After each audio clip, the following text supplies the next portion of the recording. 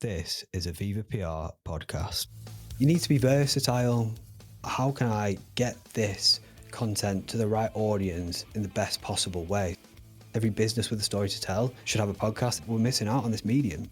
PR is the way to be involved in anything you want without having to be good at that thing. If you're not good at football, write about it or get involved that way. I've always liked to be wrong because you never make the same mistake twice. It's one of the best skills you could have.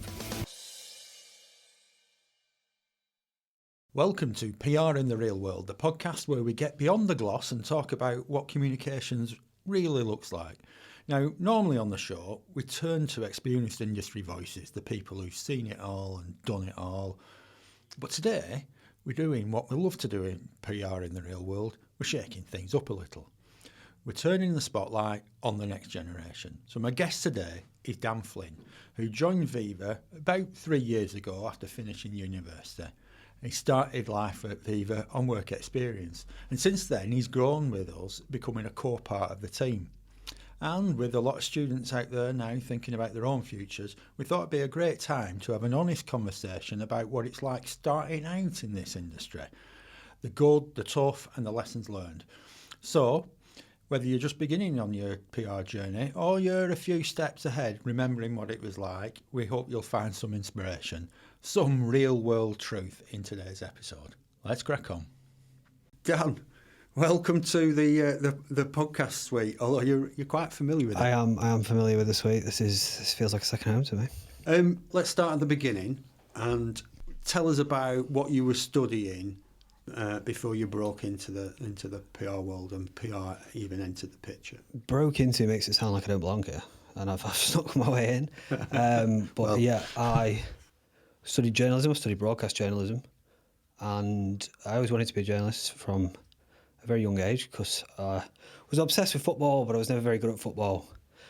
My dad said I had 2 left feet, which isn't great because I'm right-footed, so it was never a good place to start football-wise, but I figured that I could still be involved in football somehow, and I locked onto the idea of writing about football, and I then followed that all the way through college and then university. I studied broadcast journalism in Leeds, at Leeds Beckett. I chose that course specifically because of the way they sold it to you on an open day.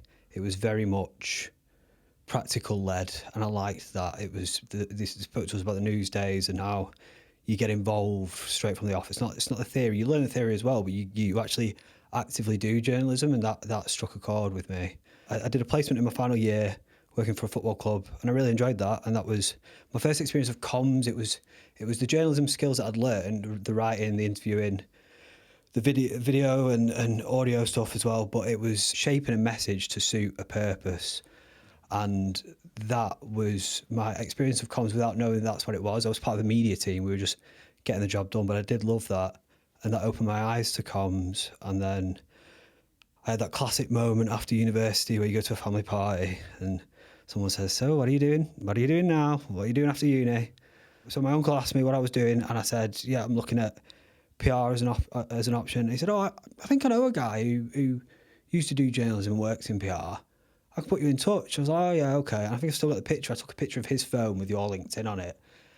And I had an interview lined up. So I was like, I might message this bloke at some point. And my mum said, have you messaged Uncle Andrew's friend? I said, no, not yet. And she went, "Oh, it'd be good to talk to him about like the transition from journalism to PR." And I thought, yeah, it's a good show actually. Got in touch with you and we set up a call. And it was purely to find out the difference between journalism and PR, and also to try and pick your brains as to how can I still get into sports journalism. That was the goal for me. It wasn't how do I get into PR. It was, yeah, a little bit of the difference, but also I really wanted to know from you who's been there and done it, how could I get into sports journalism?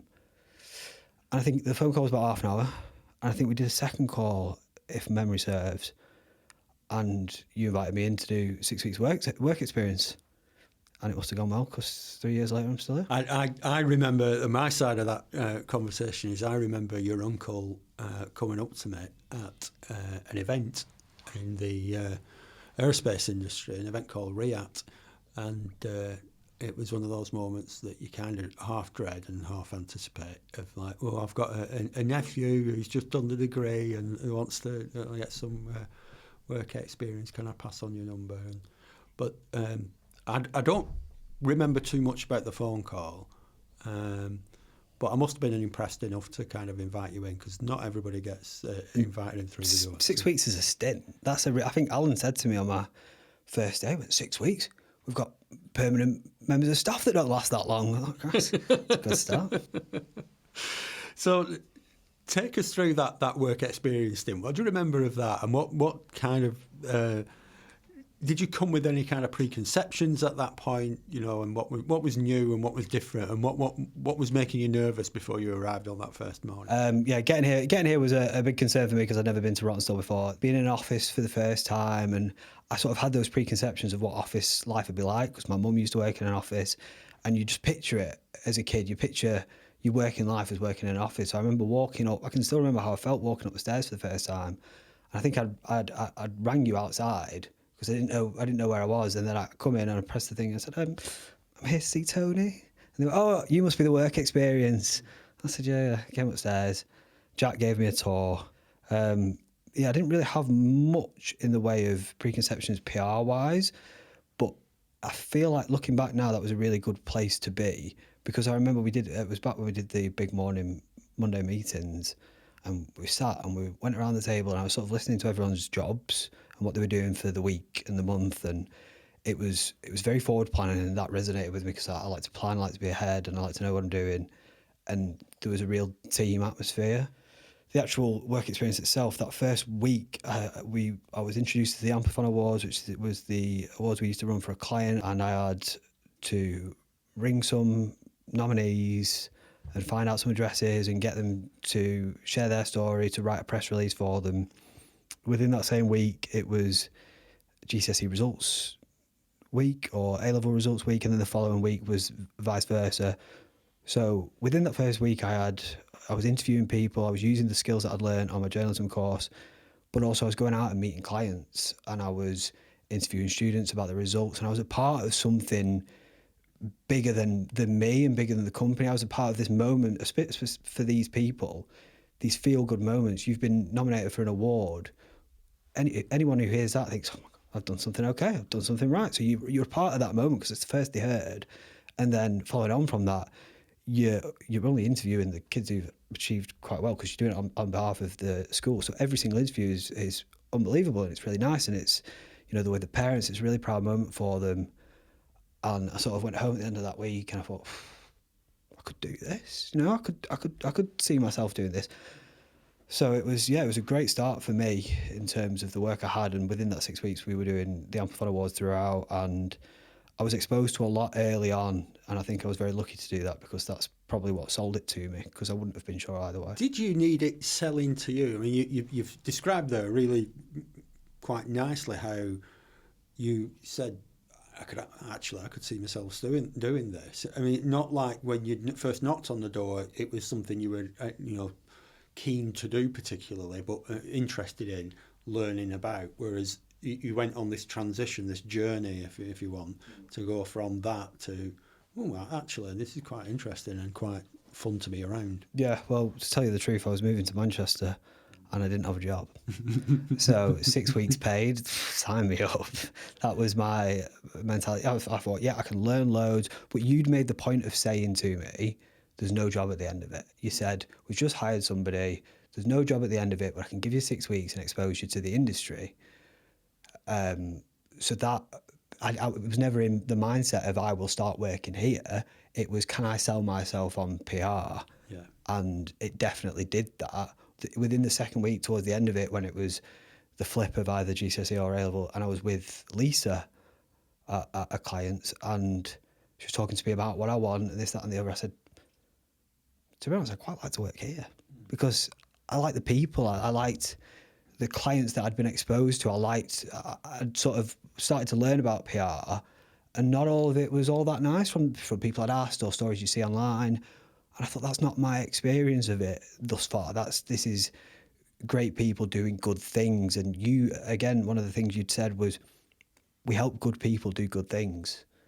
And I didn't quite understand what that meant at the time, until you're a few weeks in and you meet the good people, you see the good things that they're doing, and you understand that you get to be a part of that. You get to be there in those crowning moments, because PR, you want to shout about the crowning moments. So it was selling myself on PR. Yeah, it didn't take me much to sell me on Viva. Clearly, you clicked, and clearly you were impressed in that 6-week period. Enough for us to turn around and offer you an internship next. Were there any kind of doubts at that point as soon as that offer came along? No, so I remember someone ringing me, and I think it was 2-3 weeks in, and they said, "Oh, how's the job hunt going?" And I said, I sort of stopped. And they said, "What do you mean?" I said, I want this one. I quite like this one. Yeah. So when that offer came, and I wasn't looking back, I should have been sure that was coming, because I was in a client meeting in a first step meeting, part of the immersion session. And looking back, you wouldn't put work experience in one of those meetings if it was just for the sake of it. And I was encouraged to get involved and do all that stuff. But at the time, I was just planning to do my 6 weeks and move on. But there was no hesitation for me. It was not necessarily that I was sold on PR. I mean, 3 years later, you would hope I am. But at the time, it was more, I'm sold on being here. I'm sold on the work they do. I'm sold on the people here. So essentially, I was sold on PR, our version of PR in the real world. I mean, one of the early tasks I remember giving you when you were still in that early 6-week period was doing some research around one of our, I don't even know whether they were a client at the time or we were pitching for some work for them, but they worked in quite an obscure industry, in a manufacturing base and so on, and you were delving into their world and their sector and so on. You've been given some, what on the on the face of it from the outside world, the B2B tasks, which aren't necessarily like what people might expect as glamorous PR. It's not the consumer-driven stuff. It's not sport. It's not. But you seem to have taken to the B2B world and the B2B clients rather well. Yeah, no, I have. I think it's something to get your teeth into. It's something I've worked across different accounts, especially at junior levels. You are just exposed naturally to things as an extra pair of hands. So I had a good range of experience to kind of learn what I like and didn't like, and what I was good at and what I wasn't so good at. I've always liked to be wrong, which sounds bizarre, but it's how I learn. I once asked someone, before I went to a job interview, I said, what's my best quality? And they said, "You're a really good learner." And I thought, that's so boring, because everybody learns. Who's a good learner? Like, how am I going to pitch that to them if they ask me that question, because you prep for all these kinds of questions? And they said, no, it's one of the best skills you could have, because you never make the same mistake twice. You do something, you'll get it wrong, and you'll learn. And that I found with those more complex clients is the process is still the same, but there's kind of a right and wrong answer. Whereas with other sectors, it can be a bit more up in the air whether something's right, and you just got to twist something. Whereas for me, B2B and manufacturing and clients in those sectors, you learn by doing it. I remember doing something for you, and it was early on, and I used the wrong client. I used the client's old name, and there were loads of different mistakes in there. And to anyone else, you get that back and think, "Oh, that's the worst." But I looked at it and I was like, "Okay, I'll never do that again." Because you remember how it feels when you make those mistakes. Yeah. And especially at a junior level, that's not going anywhere. Yeah. It's not going to. That's not going out there. That's going to the person who's going to give me feedback. So I felt I learned a lot quicker with B2B clients, because there was a right and a wrong answer, and there's a right and a wrong way to do things, and that lends itself to my style of learning. You also seem to be able to get excited about, again, what on the face of it might seem like quite dry or intricate or technically challenging clients, but you seem to be able to kind of like find the joy in it. That's something I've learned about myself. Is my best work comes from enjoying something and finding that bit of magic. So if there's, if it, like you say, it is naturally quite dry to anybody, having that knowledge and learning, I quite like the fact that I know stuff about random things that people otherwise wouldn't, and that excites me a little bit. And I like to almost, it makes you feel a bit more intelligent. Go on, Dan. Than you necessarily give us one. We're just about plastic windows and UPVC, and I know so much about unplasticized polyvinyl chloride, and people just don't know that, and that gives you some kind of superiority complex. But yes, superpower. But also, we work with a lot of industry leaders, and that in of itself is something to buy into, because yeah, it's great working for the underdog, but when you're talking from a place of authority and you're able to put the UK's leading, world leading suppliers, it makes you feel like I'm a part of something big here. That gives it lends itself that interest. Which projects in this world are you that you've been involved in, or campaigns that you've been involved in, are you most kind of proud of or excited by that you've been exposed to so far? So it goes against everything I've just said about enjoying the more mundane stuff, but we work for a client called Eurofighter Typhoon that make the jets that protect our skies, and for them we work on a YouTube series, an episodic series called The Fighter Show. I'm explaining it to you as if you don't know, but that's a fantastic thing to be a part of. For one, it's a great client, great people, doing really important work in general as a company, and the value is getting greater and greater with everything that's going on in the world. But the Fighter Show makes that information accessible to people, and again, that's what I quite like about the B2B stuff, is taking this, speaking to the experts and making it consumable and easier to understand, and that is what the Fighter Show does, all while getting to fly above the skies and watch these amazing jets refuel. That there must have been then some kind of hairs on the back of your neck moments then dealing with that client. Yeah, no, absolutely. It was the first one was my first shoot when we went to the Lake District. It was an easy yes, really, for you to send me. I think at that point you thought, okay, he'll cope on his own for a night. He sent me to the Lake District, and we filmed an episode, and it was great. It was meeting with people and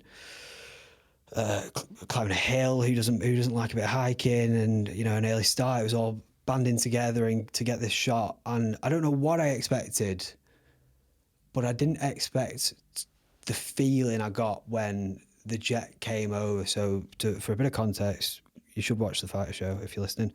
But if you haven't, there's a particular episode, the Spotters episode, the first one of this season, where we went to the Lake District and travelled with some spotters up to a notorious spot for seeing fighter jets, and we luckily saw a Eurofighter Typhoon. But so speaking to these spotters on the way up, and it was what they do, it was what they did for 20, 30 years, and they loved it. And as much as I got it, I didn't get it until it was probably about 10 miles away. But you feel it in your heart. You feel the sound of this jet. And when it comes over you, so you're naturally focusing on getting the shot. But the first one, I think I stumbled as it went over my head, because I was like, it was all encompassing, this sound, and it took me aback. But it was a real hairs on the back of your neck moment, and the adrenaline. And I sort of look around and everybody's delighted with what they've just seen. And I thought, oh my God, that's it. That's why they do it. That's exactly why they do it. It made so much sense once you'd just done it. And yeah, that's the beauty of the client, I guess. And anything else that you've been exposed to here that you're really kind of proud of? Yeah, the podcast, absolutely. This is my pride and joy, even though we are at rock bottom with producer Dan being the guest of the episode. So if this doesn't see the light of day, then I won't be surprised. But we've this was my thing. I've always liked podcasting. Well, I've always liked podcasts, but everybody likes podcasts. That's not unique to me.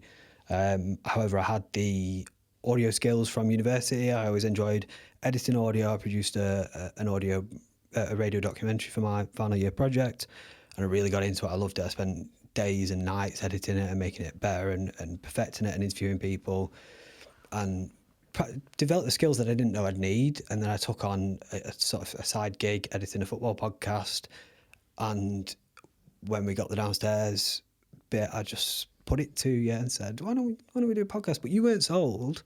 And I remember that now because you're so bought in and you love it, and as you should, it's amazing and it's taken off. But you weren't told I had to sell it to you, so I did a 35 slideshow as to why we needed to get into podcasting. I think you could have trimmed it to 30. Yeah, no, I could have. And at the end, you just said, "Yeah, let's do it. What do we need?" I was like, "Oh God, I feel like I've done all that, but I didn't need to." But yeah, this is my real pride and joy, and I'm really excited to see where this goes and what we can do for clients. I firmly believe that everyone should have a podcast. Every business with a story to tell should have a podcast, and every business with a story to tell has PR. So it just made so much sense to me. We tell stories. Well, we're missing out on this medium. So here we are using this medium. I hear you. I'm evangelising on your behalf now, Dan. So I'm really with you there. Let's change things around a little bit, because when you joined the business, we were already in a kind of post-COVID world, and we'd gone from a typical 5 days in the office type operation in early 2020 to kind of getting used to a new world post-COVID. But that you've only ever known this kind of hybrid solution. So what's your perspective on a hybrid working model? I love it. So when I first started, I was 3 days because that was when the team was split. Which now when I think, I still feel fresh and new and young and this, that, and the other. But now when I look back, it's like we didn't all come in on the same day. It was one team on Tuesday, one team on a Thursday, and everyone in on the Monday. So I did all 3 days and then the 2 days at home. So that felt a lot. That felt a lot for me, because at uni, you roll out at first year, you'd roll out of bed and then, stumble there with a headache and sort of get through it. But then second and third year, a lot of it was online, apart from the news days and the stuff where you had to go in, because it was quite a practical course. But that was all I've really known. But I'm a big fan of remote working. I would struggle to go all in unless I lived closer, because the drive can be taxing or whatever. But I think it works really well. I think we make it work really well, because it's not like you are only in on these days.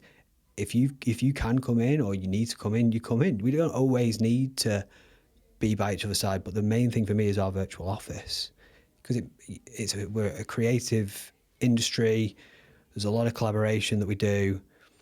You need to be able to see and hear and speak to each other, and sometimes just stimulate your brain a little bit. If you're locked into a big task, sometimes you need that bit of communication, and the virtual office that we have when we work from home offers that without the need to come into the office.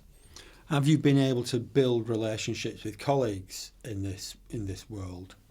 Yeah, absolutely. The virtual office really helps, but that immediate exposure of, we want you in 3 days, we want you in every day, so you can feed off people, because you don't quite realise the impact that being next to someone or hearing someone talk about something that you're not even involved in, especially when your career's in its infancy, it has a lot of value, because you pick up on things, you pick up on little terms. There's a lot of terms in PR that I used to scribble in the back of my book, and I'd Google it after the meeting, or I'd Google it after the conversation, because I think, what the hell does that mean, or what does that stand for? But yeah, I've developed those relationships, one, by being in the office as much as possible or alongside everybody else, two, the virtual office, but three, saying yes to a lot of things. I actually signed up for an awards while I was only on work experience, I think, or it might have been I was in my internship, but the internship would have ended when the awards came around. But I was like, yeah, sign me up. I'll go to this. I'll put a suit on and go to this event. But it's things like that, by saying yes, just sort of, oh, fine, I'll do it. Yeah, I'll go. Just getting involved. It gives you that opportunity to build those bonds, and that's how I've done it. And I think it's the way that we sort of do things at Viva is you get involved, you know the people. I think one of the things that we also do is support people through training and so on. And you're early in your career, degree in your back pocket, but still, as you said, plenty to learn.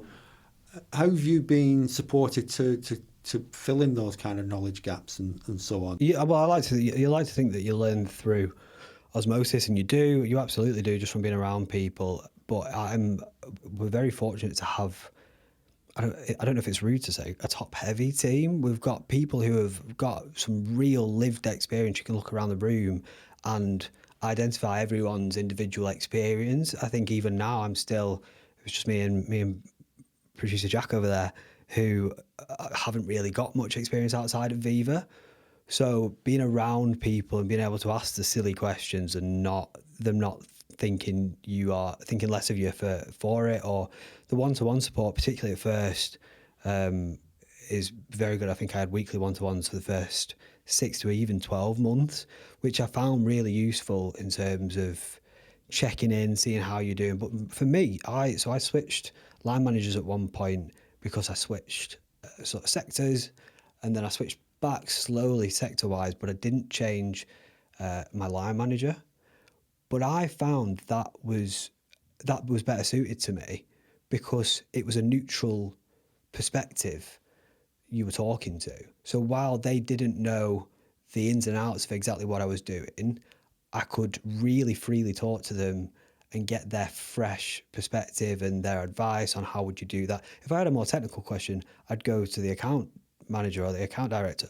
But for me, for my personal development, I found it really useful to have almost a soundboard. And the way our career development reviews work is like 360 feedback. So they've got that, but they haven't got any preconceptions other than the information that has been input from the team. So it really feels like they're rooting for you. They're not rooting for, you don't get bogged down in the client work or focusing on things that aren't anything to do with development. It's exclusively focused on how can you get better at this. And then obviously if you've got particular passions, like say this podcast, you're supported in that sense as well. Yeah, absolutely. When the idea, it was a real snowball, the podcast. Let me take you back. It was, it really snowballed because it was an idea that I'd put to Lisa when we'd set up the downstairs and we could have a booth down there and there was that space, this space sort of. I was like, well, what are we doing with that? We could make a studio out of that. But it was just a thrown away idea. And I didn't really sleep well the night after that because I was just thinking about it. And I was in the gym thinking about it the next morning. And I came in, I was like, Lisa, we've got to do this. I'm sold on it now. We're doing it. We've got to do it. When we got it over the line, well, I don't know if I'd done the presentation yet, but it was still all I was thinking of. And again, I was in the gym and I was listening to a podcast and an advert came on for the podcast show in London and the business of podcasts. And I thought, oh my God, we should be there. I can learn everything there. It seemed perfect. I put it to Lisa and I said, look, it's this much for a day. And she'd come back to me and said, book the 2 days, get as much as you can, come back, let us know everything we need, everything you know, and we'll go from there. And I must have made 5,000 words worth of notes on my phone. The way it's set up down there is it's like a festival where you've got the hall in the middle with different stalls and people to talk to about, software and whatever they're selling to you. But throughout the day, there's loads of different stages with different topics all day, every day. And on the train down, I just mapped out as if I was at a festival. I need to be there at that time, there at that time, there at that time, there at that time. I had no free time because the whole time I was just like learning. And there was people I wanted to see, people from podcasts I watched and listened to. But it was more like, well, I need to know how to PR a podcast and I need to know the business of podcasting and how is AI going to influence it. So I ended up missing half the things that I would have liked to have seen, but I ended up learning so much more for it. And yeah, it's grown into something that we all buy into as a company, and I think we're all big advocates for podcasting as a medium, really. Have there been situations where your perspective as someone from the Gen Z has brought a different approach to a client challenge? Yeah, no, it has. There's definitely been moments like, I mean, you go back to the Fight Show. It was a big push of mine to get them onto YouTube Shorts and TikTok. It's maximising the content that we have across the different channels. The content's already there, so it only makes sense to distribute it onto YouTube Shorts, use TikTok, just to maximise that reach, because it might not seem like a lot if you're getting 1,000, 2,000, 3,000, 4,000 extra views, but that accumulated adds up and you've got a greater reach, and therefore it fosters that sense of community through interaction and people commenting, and more people are likely to see it. It builds that rapport with the audience if you're able to see them in a different sphere. So YouTube Shorts is a great one for us because YouTube wants you to stay in YouTube. So if a YouTube Shorts is directing you to a main video, it makes sense for them to push that because you're staying within the YouTube app. So that is, it's things like that that I look at from a different angle, because perhaps someone of your generation might not think of YouTube Shorts or TikTok, but that is the kind of sphere where I spend a lot of my time. And what skills do you think are essential now for PR people and people entering the industry today that perhaps weren't crucial 10, 15 years ago?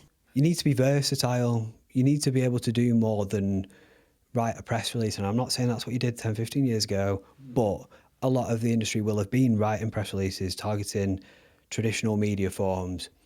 It doesn't quite cut it now. It's more, how can I get this content to the right audience in the best possible way? So if you're looking to reach an audience of 16 to 18-year-olds, putting it in the local paper, they're not reading that.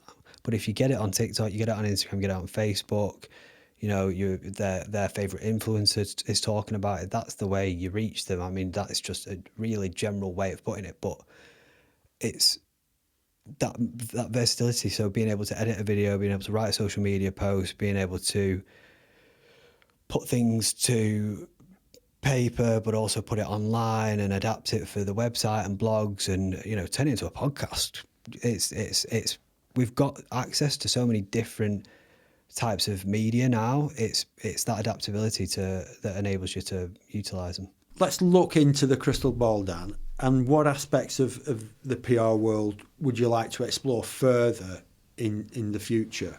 So for me, I think the PR opened my eyes to what you can be a part of. I described it to someone. I was invited to do a careers talk.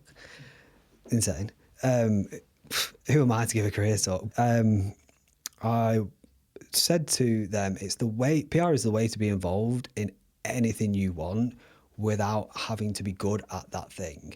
And that seemed to resonate with them because it was, you know, it was a football-led operation that I was talking to students at, and it was basically my way of saying, if you're not good at football, write about it or get involved that way. I use the example of Coronation Street.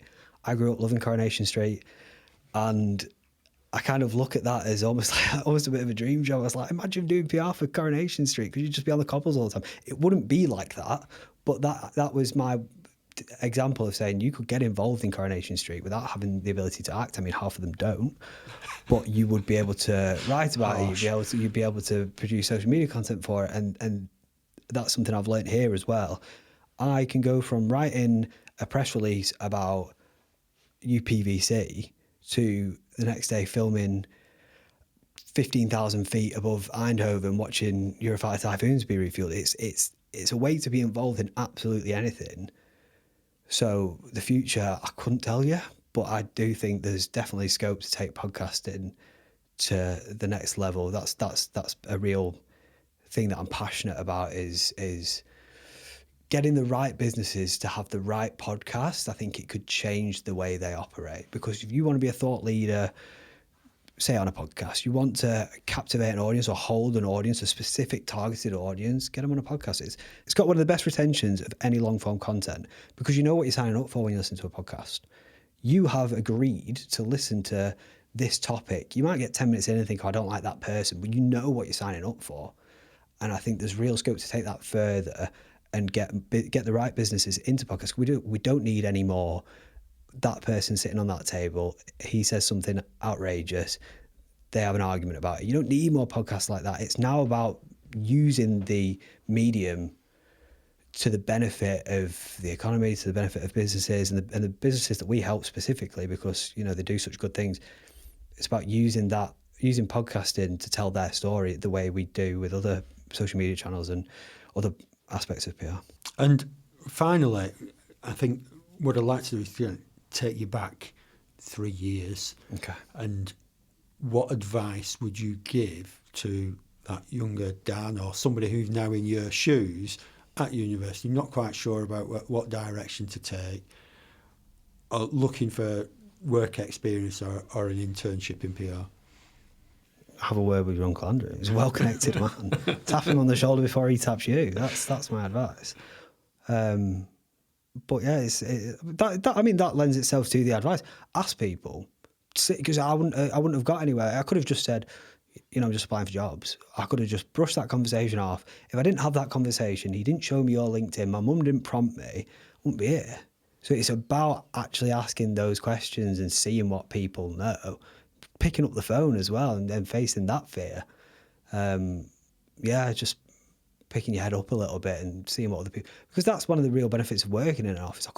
I've got friends who work exclusively online. I could not do that, because you learn so much, maybe not always about work, you learn so much about what people are watching on TV and what books to read, as I found out today. It's those little things that you only find out from asking the question. And if I'd have asked my Uncle Andrew the question earlier, I might have been getting paid from July instead of August.